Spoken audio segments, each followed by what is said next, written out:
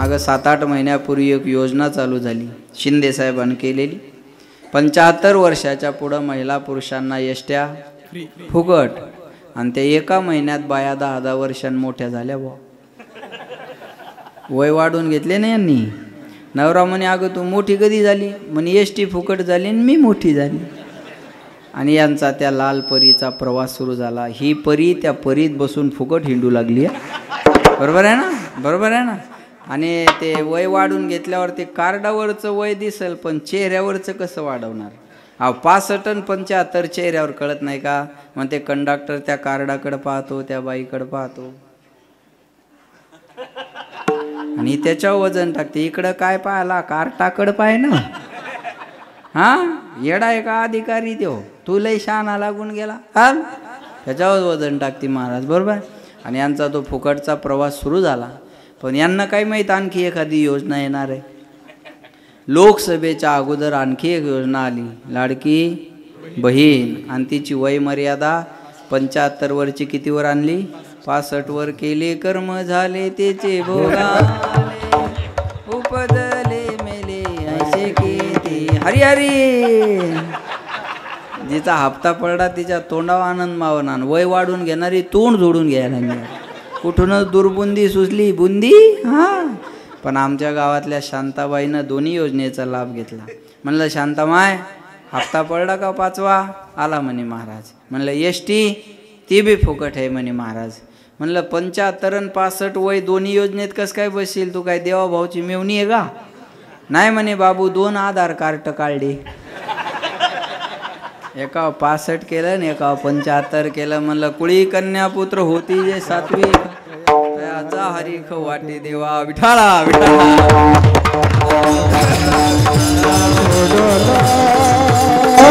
बायकोना नवऱ्या का हा असा फवारा असला म्हणजे रोग पडत नाही, दुसरं काय नाही. बोला. बायकोना नवऱ्याकडे साडी मागणं उचित आहे का अनुचित आहे? बोला माया हो. बायकोना नवऱ्याकडे साडी मागणं उचित आहे का अनुचित आहे? जाऊ दे, याच्यापेक्षा वेगळं बोलू का? बायको अशी असावी तिनं नवऱ्याला कधीच काही मागू नये. आता तरी खुश व्हा. बायको अशी असावी तिनं नवऱ्याला कधीच काही मागू नये, पण नवरा असा असावा बायकोला काही मागण्याची वेळच येऊ देऊ नये. याला म्हणतात संसार. आपल्या संसारात असं आहे का? आपल्या संसारात वर्षभर मजा. नवीन नवीन लग्न झालं की बायको नवऱ्यानं बोलायचं, बायकोनं ऐकायचं. किती दिवस? वर्ष 1.5 वर्ष. वर्षा 1.5 वर्षात एखादा मुलगा मुलगी झालं की पॅटर्न बदलतं. मग बायकोनं बोलायचं आणि नवऱ्यानं ऐकायचं. आणखी एखादं झालं की दोघांनं बोलायचं आणि सिद्धनाथनं ऐकायचं. संसाराचं स्वरूपच असं. जे प्रेम सुरुवातीला आहे ते नंतर राहत नाही बरं का. नवीन लग्न झालं की ती हिरवळ फार सुंदर असते बघा. नवीन लग्न झालं की ते क्लायमेट, वातावरण एवढं गोड असतं महाराज की न झालेल्याला त्याच्यात पटकन उडी मारा वाटते. बरोबर आहे? न झालेल्याला त्या यज्ञकुंडात पटकन उडी मारा वाटते. एवढी हिरवळ छान असते. पण असं आहे ना बाळाओ, लग्न न झालेली पोरं गाणे ऐकत ऐकत झोपतात आणि लग्न झालेली माणसं टोमणे ऐकत ऐकत झोपतात. लग्न झालेल्याला वाटतं कुठंतरी पळून जावं आणि न झालेल्याला वाटतं पळून जाऊन करावं. अरे लय अवघड काम आहे. बरोबर आहे? लय अवघड काम महाराज. बरोबर आहे का नाही? लक्षात ठेवा. मग ते नवीन लग्न झालं की ती हिरवळ फार गोड असते बघा. ते विचारणं, बोलणं, एकमेकाची काळजी घेणं. अगं चाललोय मी वजिराबादला, काही आणू का तुला येत्या वेळेस? आणि मग ते सांगेल ते त्याच्यापेक्षा एक्स्ट्रा घेऊन येणं. नसल येत तरी स्टँडर्ड बोलण्याचे प्रयत्न करणं. एकमेकावर इम्प्रेशन राहिलं पाहिजे ना. नसल येत तरी स्टँडर्ड बोलणं. आणि मग ती हिरवळ फार गोड असते. मग हिला विचारा, नवीन लग्न झालेल्या नवरीला विचारा, दादा दिसत नाही आहेत. ती लाजणार, मुरडणार, हसणार, थोडी अंगठ्यानं जमीन उकरणार, पदराला थोड्या पिळ्या घालणार आणि मग म्हणणार ते ना तिकडे मंदिराकडे गेले असतील. एवढं छान सांगते. थोडा आवाज द्या दादा, थोडा आवाज द्या दादा. हां तुम्हाला ती अशीच सांगेल. हां असं बरोबर आहे ना? हां मग ते असं एकदम जाऊ दे आता, आलंय काय करणार, त्याला सहज आलंय असं ठरवून काही नाही वगैरे. हां विठाला विठाला. हिला विचारा दादा कुठे आहे, ती म्हणणार ते ना तिकडे मंदिराकडे गेले असतील, आज सानप महाराजाचं कीर्तन आहे ना तिकडे गेले असतील, बरोबर आहे. मग ह्याला म्हणावं वहिनी दिसत नाही, तो लगेच हसणार, थोडा स्माईल देणार आणि म्हणणार ती ना तिकडे मंदिराकडे गेली असेल बघा, असं छान सांगते. 4-6 महिने होऊ द्या, हिला विचारा दादा दिसत नाहीत, गेला असेल बोंबलत कुठं. हे असंच असतं बरं का, गेला असेल बोंबलत कुठं. ह्याला म्हणा वहिनी दिसत नाही, तिचा का मालक हे का ती विचारून जाती, जे ते बरं आहे माया, तुम्ही विचारू नाही ना आम्ही सांगू नाही. जे प्रेम सुरुवातीला आहे ते नंतर राहत नाही. बायकोनं नवऱ्याकडं साडी मागावी हे मागणं उचित आहे का अनुचित आहे? उचित आहे. बायकोनं नवऱ्याकडं साडी मागणं उचित आहे, पण पेरणीच्या टायमाला नेकलेस मागणं नाही का, वल्ल्या फोकाण हाणाय पाहिजे मग. हा, पेरणीच्या टायमाला केलेले दागिने गहाण ठेवावं लागतात आणि एक खताबियाची व्यवस्था करावी लागते. ही शेतकऱ्याच्या घरची परिस्थिती आहे. काही मागणं उचित असतं, काही मागणं अनुचित असतं. पावसाळ्याचे दिवस होते आणि एक बाई एका स्टेशनरीच्या दुकानावर गेली आणि त्या दुकानदाराला म्हणे दादा छत्री आहे का? दुकानदार म्हणे आहे ना ताई. बाई म्हणे केवढ्याची आहे? दुकानदारानं दाखवली, म्हणे 100 रुपयाची आहे. ती बाई म्हणे 100 रुपयाची? दुकानदार म्हणे ताई मी सांगितले आणि तुम्ही दिले असं थोडं झालंय, मी 100 सांगितले, तुम्ही सांगा आता काय तुम्हाला केवढ्याला पाहिजे. ती बाई म्हणे 50 रुपयाला द्या. बार्गेनिंग करायला बाया 1 नंबर असतात. हा, हे बामनाजी पाटलाला माहीत, दुकान आहे त्याचं बी बरोबर, भाव करावं बायानीच.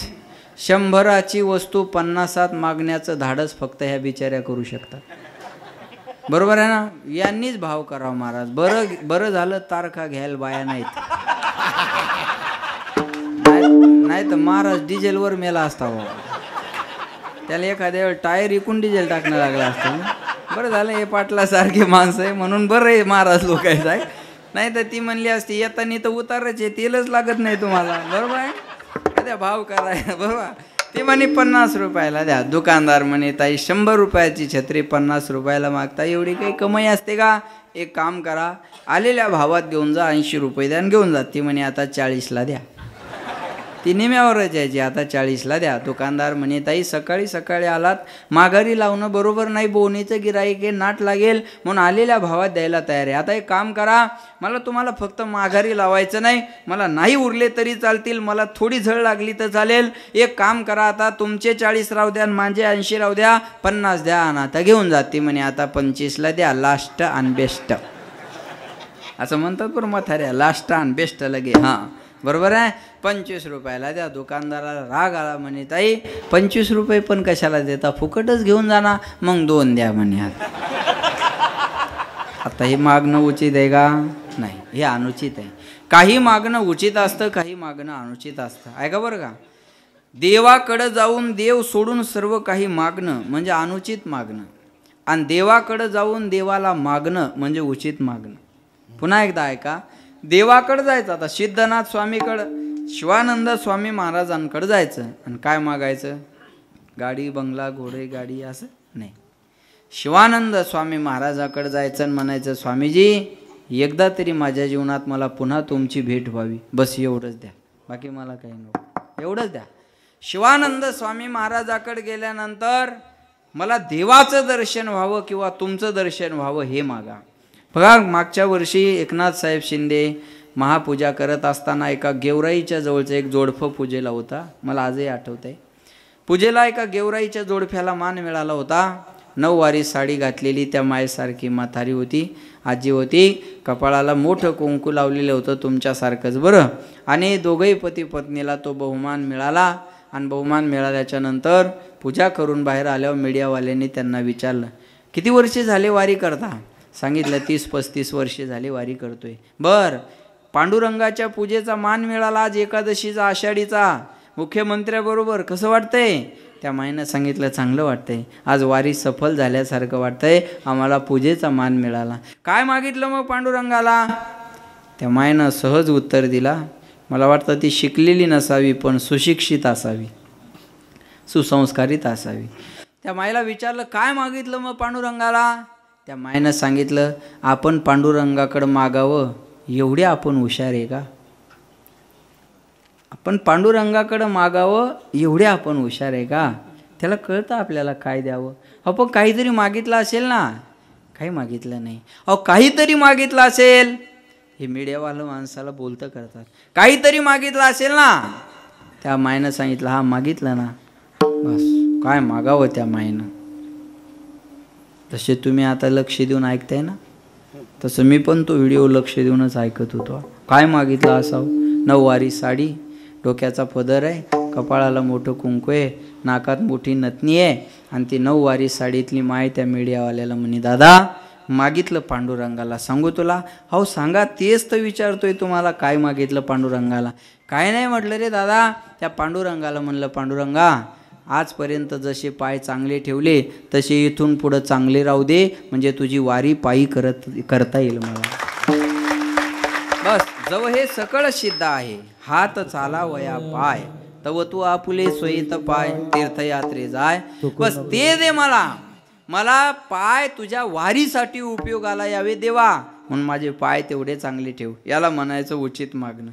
मागावं माणसाकडं, पण उचित मागावं. आणि कुणाकडं मागावं, ज्याच्याकडं आहे त्याच्याकडं मागावं. लक्षात येत आहे. ऐसा तू समर्थ ब्रह्मांडाचा, जगाच्या मालकाकडे मागा. भिकाऱ्याला भीक मागून अपेक्षा पूर्ण होत नसते बरं का. महाराज एक फकीर एका राजाच्या दरबारात गेला मागण्यासाठी, बरं. आणि राजाच्या दरबारात आल्यानंतर शिपायांनी अडवलं त्याला. कहाँ जा रहे हो, बोले राजा जी से कुछ मांगने जा रहा हूँ. चांगलं आठवायला लागलं, लक्ष देऊन ऐका. राजा जी से कुछ मांगने जा रहा हूँ. बोले अभी राजा जी आपको कुछ दे नहीं सकते. बोले क्यों. राजा अभी नमाज अदा कर रहे. बोले राजा अभी नमाज अदा कर रहे, थोड़ी देर रुकना पडेगा आपको, थांबावं लागेल. राजा नमाज पठण करत आहेत, ऐका लक्ष देऊन. आणि फकीर बराच वेळ तिथे थांबला. थांबल्यानंतर राजाची नमाज अदा करणं झाली आणि राजाने त्या फकीराला बोलावून घेतलं. किसलिए आए हो, कशासाठी येणं केलं. सांगितलं राजाजी आपसे कुछ मांगने के लिए आया हूँ, लेकिन ये सिपाहियों ने यहाँ रुका लिया हमें और बोल रहे थे राजा जी नमाज अदा कर रहे. आप क्या कर रहे थे राजा जी, काय करत होता राजे तुम्ही. तेव्हा त्या राजानं सांगितलं अरे मैं अल्लाह की दुआ कर रहा था, अल्लाह से कुछ मांग रहा था. काय म्हणे, मैं अल्लाह से कुछ मांग रहा था. फकीर बोले आप मुझे कुछ नहीं दे सकते. काय फकीरानं सांगितलं मग तुम्ही मला काही देऊ शकत नाही. अरे राजा आहे म्हणे, माग तुला काय पाहिजे. अहो तुम्ही अल्लाला मागता, मग तुम्हीच भिकारी आहेत ना, तुम्ही मला काय देणार आहेत म्हणे. तुम्ही जर त्या अल्लाला मागत असाल तर मी सुद्धा त्यालाच मागेल ना. तुमच्या भिकाऱ्याला भीक मागून माझी अपेक्षा काय पूर्ण होणार आहे. मग मागायचं असेल तर जगाच्या मालकाकडे मागे. देवा माझं मन तुझ्या चरणावर लागलं पाहिजे. परमार्थ हा जो विषय आहे हा शरीरातल्या कुठल्याच अवयवाचा नाही. परमार्थ विषय आहे मनाचा आणि करावा लागतो तो मनासाठी. तू मन हे मेचे करी, माझे भजनी प्रेमधरी, सर्वत्र नमस्कारी मज एकाते, मयेव मनाधस्व मय बुद्धी निवेशया निवशिषेश मयेव अथौर्धव संशया. पहिल्यांदा तुझं मन मला दे, मन दे, बुद्धी दे, प्राण दे आणि सर्वस्वाने मला भज, तेव्हा तुला माझी प्राप्ती होईल. बरोबर आहे ना. म्हणून महाराज म्हणले हे मन देवाकडे लागलं पाहिजे, पण हे मन देवाकडे लागायला तयार होत नाही. बसा इवाई हां बसा. हां महाराज म्हणले हे मन देवाकडे लागायला तयार होत नाही, कारण चंचलम हे मन कृष्ण परमार्थी बलवदृढम तस्याहम निग्रहम मन्ये वायोरी वस्तु दुष्करम. या मना एवढा वेग या जगाच्या पाठीवर कशालाच नाही. ये मन बडा चंचल है, कैसे तेरा भजन करूं, कैसे तेरा भजन करूं. जितना इसे समझाओ उतना ही मचल जाए. सच कहता हूँ, सच कहता हूँ, सच कहता हूँ, मेरी तकदीर बदल जाए.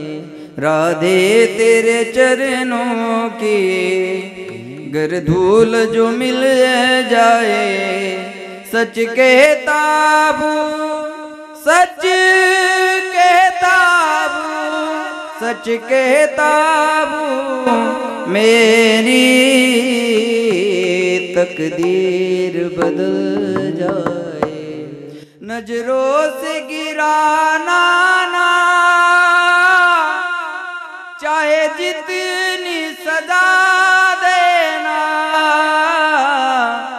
चाहे जितनी सजा देना, नजरों से जो गिर जाए मुश्किल है संभल पाए, सच कहता हूँ मेरी तकदीर बदल जाए. हे मन बडा चंचल, चंचल मनाला तुझ्याकडे आणण्यासाठी मी काय केलं नाही, काय काय करी तो या मना, परी नायके नारायणा, करू नये त्याची करी विवंचना, नेऊ पतना आदरिले भलतिया सवे दावे सैराट. मनाचा स्वभाव एक क्षण शांत बसत नाही. बहुचंचल चपल मन चंचल चपल,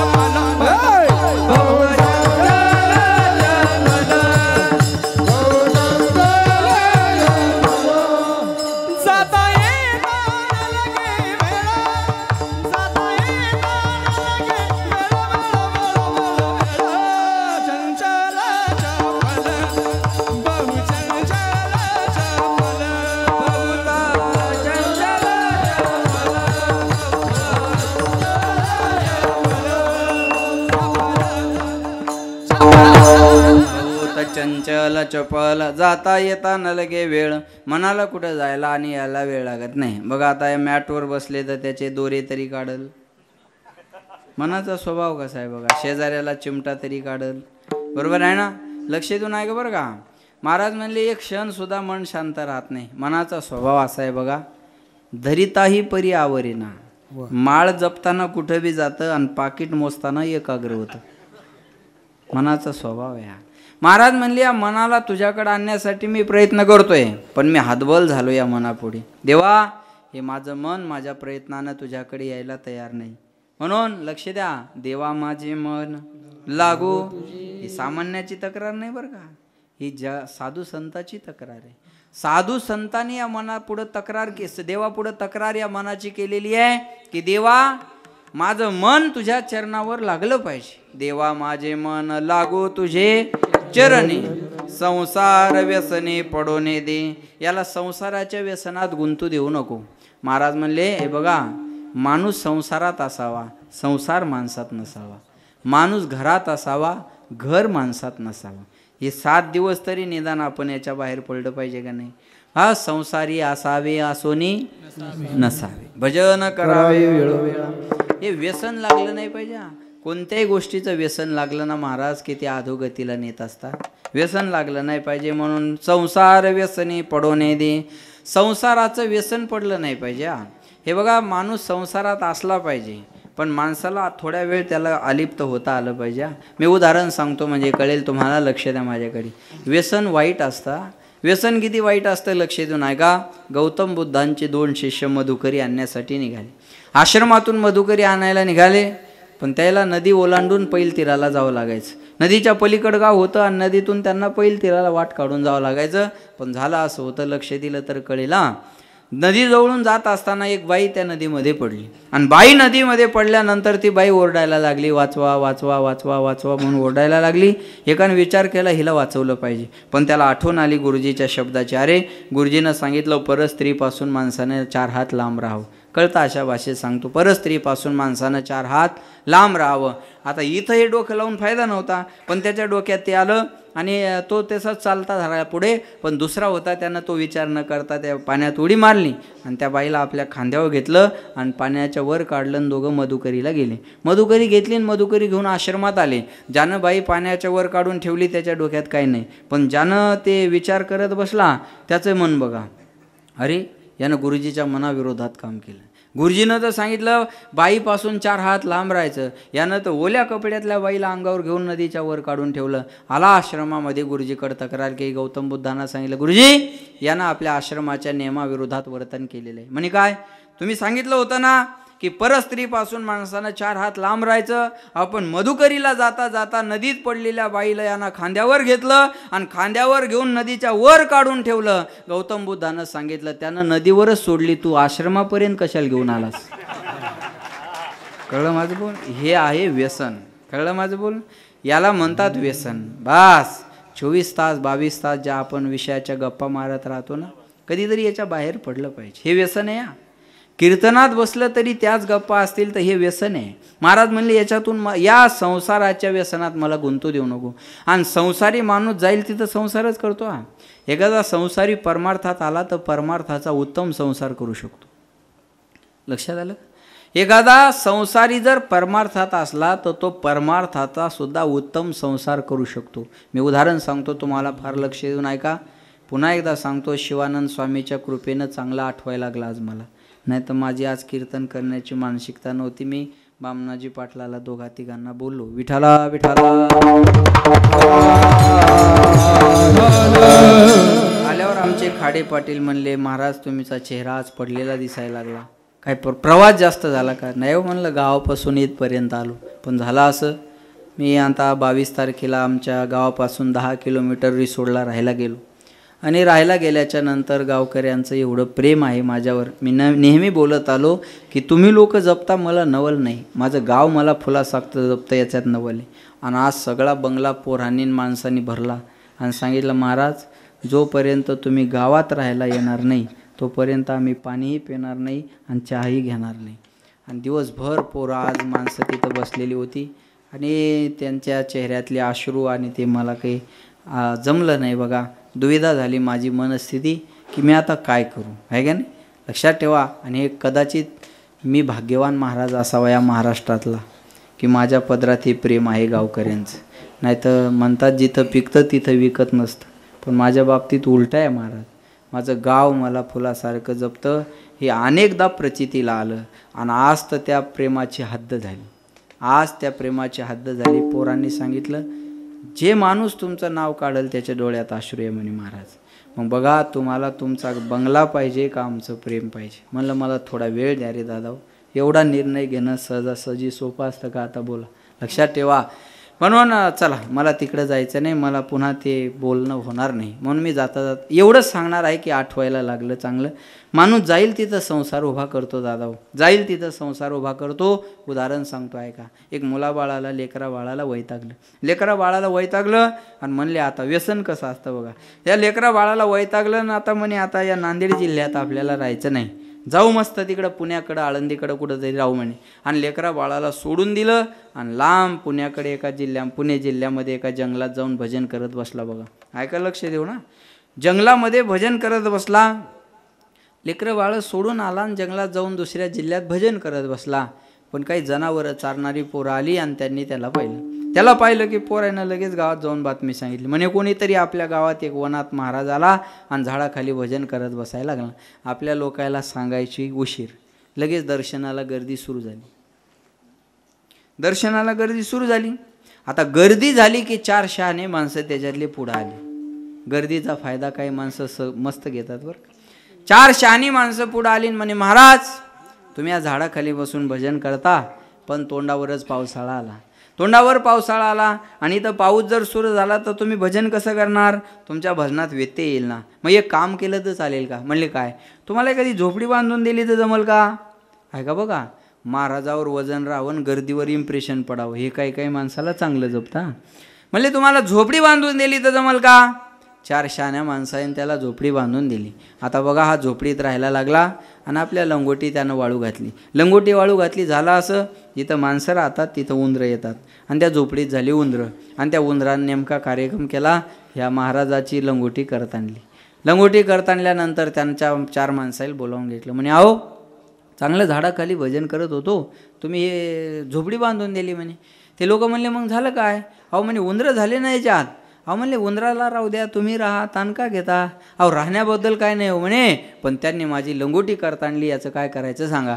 माणसं म्हणले, महाराज टेन्शन घेऊ नका, उंदरावर आपल्याजवळ औषध आहे. काय? बोला बोला बोला बोला. मांजर आणून घालतो, टेन्शन घ्यायचं काम आहे का? 4 शहाण्या माणसानं मांजर आणून घातली. थोडा आवाज द्यायचा. 4 शहाण्या माणसानं मांजर आणून घातली. आता हे होते 2 उंदरं, त्या मांजरानं ते नाश्त्यात खाऊन टाकली बघा. आता त्या मांजराला खायला काय नाही, ते लागलं बोंबलायला. बरं याचीच खायची सोय नाही तर त्या मांजराला काय खाऊ घालल? पुन्हा त्या 4 माणसाला बोलून घेतलं. ते मांजर ओरडायचं, भजनात व्यत्यय यायचा. त्या माणसाला बोलावून घेतलं. म्हणे, अहो हे मांजर कशाला आणून घातलं तुम्ही? लोक म्हणले, आता काय झालं महाराज? अहो म्हणे त्या मांजराला खायला काय नाही ना, भोमलायला लागलं म्हणे, भजनात व्यत्यय यायला लागला, त्याला अहो माझीच खायची व्यवस्था नाही तर त्याला काय खाऊ घालू म्हणले. मग आता काय करा, हे बघा म्हणे मांजराला काय लागतं, बोला बोला बोला बोला बोला, दूध. एक गाय आणून घालतो म्हणे महाराज, तुम्हाला होईल आणि मांजराला होईल. 4 शाण्या माणसाने गाय आणून घातली. आता 10-5 लिटर दूध देणारी गाय पिऊन पिऊन महाराज किती पेईल, 1-2 लिटर. मांजर 1-2 लिटर. 4-6 लिटर दूध रोज खराब व्हायला लागलं, त्याचा वास सुटायला लागला, भजनात व्यत्यय यायला लागला. पुन्हा मन चैन बेचैन झालं. त्या 4 माणसाला बोलावून घेतलं. अहो हे मांजर घातला आणून म्हणे, आता ही गाय कशाला आणून घातली, काय झालं म्हणे महाराज. अहो म्हणे आता हे दूध रोज खराब व्हायला लागलं, याचा वास सुटायला लागला, भजनात व्यत्यय यायला लागला, रोज दूध खराब होतंय, मला हे पाहवत नाही. माणसं म्हणले महाराज दूध खराब होऊ नये याकरता काय करावं लागेल, तापवावं लागेल. दूध खराब होऊ नये याकरता काय करावं लागेल, तापवावं लागेल. तापवल्यानंतर त्याच्यात थोडं बोला विरजण घालावं लागेल. आणि विरजण घातल्यानंतर त्याची रवी लावावं लागेल. आणि रवी लावल्यानंतर त्याच्यातून लोणी निघेल. आणि ते लोणी काय करावं लागेल, कढवावं लागेल. मग त्याचं काय तयार होईल, तूप. आणि हे सगळं कराय कोण पाहिजे, अरे तेवढं तर म्हणा, हे सगळं कराय कोण पाहिजे, बाई. एक बाई आणून घालतो म्हणे, टेन्शन आहे का, कळलं तुम्हाला. 4 शाण्या माणसाने बाई आणून घातली. तिनं 1-1.5 महिना तूप केलं, मग महाराजाला चूप केलं. बरोबर आहे ना, 1-1.5 महिना तूप केलं आणि मग महाराजाला काही बोलू दे ना. मग त्याला वाटलं आयनास लोकांना झोपडीत आणून घातली, आता इथून माघारी कशाला लावायची. तिच्यासोबत लग्न केलं, विनोदाचा भाग सोडा, तिच्यासोबत लग्न केलं आणि नवीन संसाराला सुरुवात झाली. महाराज म्हणले संसार व्यसनी पडू. हे संसाराचं व्यसन, काही केल्या हे व्यसन सुटत नाही महाराज. दारू पिणाऱ्या माणसाला किती समजून सांगा तुम्ही, ते म्हणतं कळतंय हो महाराज मला, पण व्यसन लागलं आता सुटायला तयार नाही. मला कळत नाही का दारू वाईट आहे, मला कळतं दारू वाईट आहे, पण आता ते व्यसन मला सुटायला तयार नाही. म्हणून महाराज म्हणले हे व्यसन मला लागलं नाही पाहिजे. संसार व्यसनी पडोने दे. आणि हे संसाराचं व्यसन सुटल्यावर मला नामस्मरण घडो संत समागम.